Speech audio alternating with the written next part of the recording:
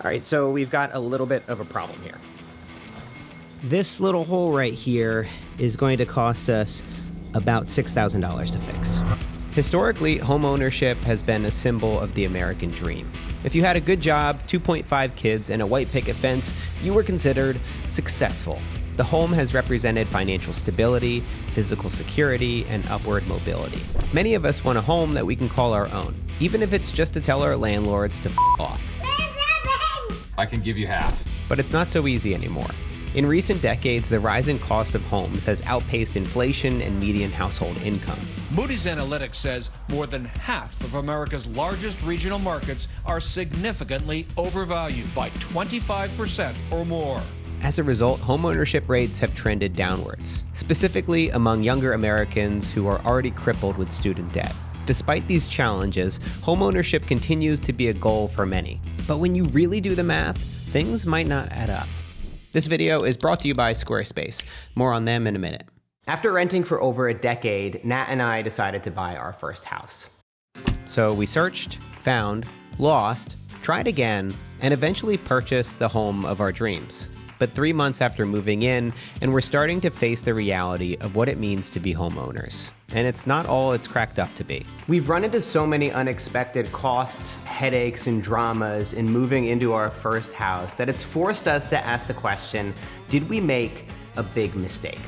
When it comes to answering this question and determining whether it's a good idea to buy a home, the internet has a lot of opinions, and it can all make your head spin. The housing market is rebalancing. Generally, rental prices are extremely stable. 2023 could be a very happy new year for buyers. There's less ability to purchase because people don't want to pay 7%. And there should be more opportunities for buyers. To help me make sense of it all, I turned to personal finance expert Ramit Sethi to get his take. Is it better to rent or buy? Okay, great question. So just so everyone knows, I've lived in San Francisco, New York, and LA. These are all very high cost of living cities. In each of those cities, it made no financial sense for me to buy. Now, people hear this, it's blowing their mind. They go, what are you talking about? If you live in Oklahoma, it might make a lot of financial sense to buy. There's not a lot of rental options, and the house prices are fairly modest. In Manhattan, the place I was renting, there was a unit basically next door. Same size, same view. It would have cost me over 2 times to buy when you factor in insurance, taxes, maintenance, and a variety of other fees. According to Ramit, it's not as simple as buying is always better or renting is a waste of money. It comes down to your own specific set of circumstances. So just to give you an example, let's say the rent was $3,000 where I was, it would have been over $6,000 there. You know what I did? I took the $3,000 difference and I invested it in the market. And the market has returned way better than what I could have gotten by buying a place. If that's the case, why would anyone want to buy? For starters, there are a lot of emotional decisions wrapped up in homeownership. People feel a sense of security, stability, and control from owning a home. But when it comes down to it, most of us just think it's a better financial decision, and that's because of a little thing called equity. When you buy a house, you are investing in an asset that can appreciate in value over time. So instead of paying rent each month, you're throwing that money at your mortgage. As you pay down your mortgage and the value of your property increases, you build equity in the home. As a result, in the future, you'll probably be able to sell your house for a profit. For this to work in your favor, the numbers need to add up. If you overspend on your house, buy in a bad market, or run into unexpected problems, you could end up losing money. So if you're thinking about buying a house, how do you make the best decision possible? You have to run the numbers on a rent versus buy calculator. Cool. Thanks, Ramit. Let's do it. All right, so I've found myself a buy versus rent calculator. Let's run the numbers on what it looks like to buy a house where I live in Sydney. Now, this calculator is intended for people buying a home in the US, but I think it'll help us paint a close enough picture. All right, so the first thing that they wanna know is the price of the home. So let's plug in the median home cost in Sydney, which is $1.25 million. And I know you might be thinking, Matt, that's a lot of money.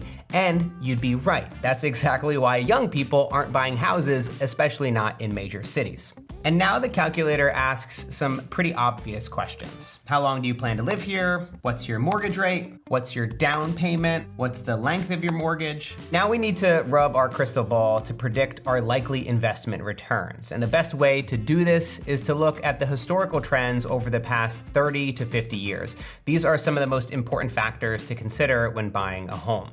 So what's the annual growth rate of your home? Sydney houses historically grow at a rate of 6.5% per year. Now, there's always going to be variation to that number, but this trend gives us the closest picture. What's your investment return rate? So this is what you'd think you'd make if you put your money in the stock market instead of investing into a house. And according to the S&P 500, the average annual return over the past 90 years has been around 10%. And from here, we dive into the not so obvious, adding the average rate of inflation, taxes, closing costs, selling costs, maintenance, renovations, insurance, utilities, and HOA fees. That's just to name a few. And now after plugging in these numbers, this calculator is telling us that if you can rent a similar home for less than $1,048 a month, then it's better to rent. And having looked myself, I can promise you that there are no homes for rent in Sydney for $1,000 per month, so that makes buying the best decision. Now, you just need to save up a small upfront cost of $300,000 to afford the down payment and stamp duty, and you've got yourself a stunning one-bedroom condo with no natural sunlight in one of the most beautiful cities in the world. One thing is for sure, running these numbers is so much more complicated than you might have realized, and there are a lot of hidden costs to buying a house that hopeful homeowners usually brush aside. And even if you do your best to calculate potential costs, you may get it completely wrong. And that's what happened to us. Before we go on, a quick word about my sponsor, Squarespace. If you're anything like me, you don't know the first thing about coding, you freeze up when presented with too many choices, and you've got below average design skills. Maybe you want to create a blog, open up an online shop, or start your first consulting business, but you just don't know where to start. Well, check this out. With Squarespace, you can find the perfect template with their search tool, taking the paradox out of your choice. Then you can get right to work. Add your brand colors, logo, web copy, and videos. I just rebuilt my website and I'm so happy with how it turned out. I've got links to all my things, from my newsletters to my documentaries, and it's all thanks to Squarespace. Ta-da! Buying a real home might not be such a straightforward decision, but getting an internet home is a no-brainer. If you want to get started for yourself, visit squarespace.com today for a free trial. And when you're ready to launch, go to squarespace.com/MattDiavella to save 10% off your first purchase of a website or domain. The brands that I partner with on this channel help to support my work so I can make the best videos that I can for you guys. And I only choose to work with companies that I actually use and get value from. So if you want to build a website, use the link in the description below. So to get the most of what we wanted from a home, Nat and I bought an old house, a very old house. It was built back in 1890. On the listing, they called it charming. To give you a reference point, that was around the same time that cars were invented. Also the ice cream cone, which apparently has a patent. So yeah, it's old. And as with all old things, it requires upkeep, maintenance, and repairs in order to keep it standing. Even in the best case scenario, this can be time consuming and expensive. In the worst case scenario, it can become a money pit, especially if the previous owners cut corners. This was our rudest awakening when it came to home ownership. We had prepared for higher interest rates, new furniture, and some small renovations, but we just weren't prepared for how much the bills would add up. We thought, hey, we'll add a little bit of paint, polish the floors, maybe do some cosmetic work on the bathroom. Next minute, our house turned into a construction site. For every problem that we tried to fix, we'd find 5 more in its place. Take the floors, for example.